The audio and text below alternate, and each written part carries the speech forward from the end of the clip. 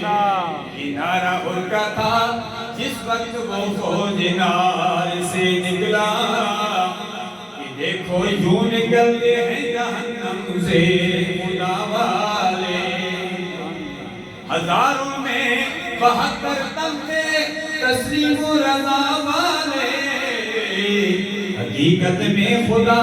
ان کا تھا یہ تھے خدا والے یہ اہل حق اور اہل حق اور اہل باطل کا یہ معرکہ چلا رہا ہے اور قیامت تک جاری رہے گا امام الانبیاء علیہ تحیت و السلام جب مکہ المکرمہ میں تھے وہاں کافروں کا سامنا تھا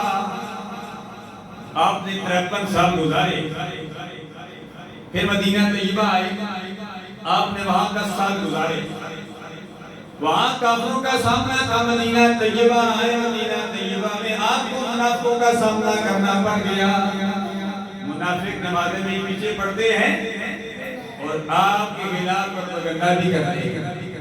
صرف منافقوں کا سامنا نہیں بلکہ یہود و نصارہ کا سامنا بھی کرنا پڑا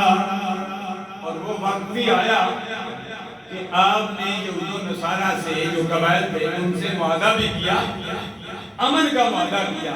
لیکن یاد رکھیں جو انتشاری لوگ ہوتے ہیں فسادی لوگ ہوتے ہیں وہ امن کا معاہدہ کرنے کے باوجود بھی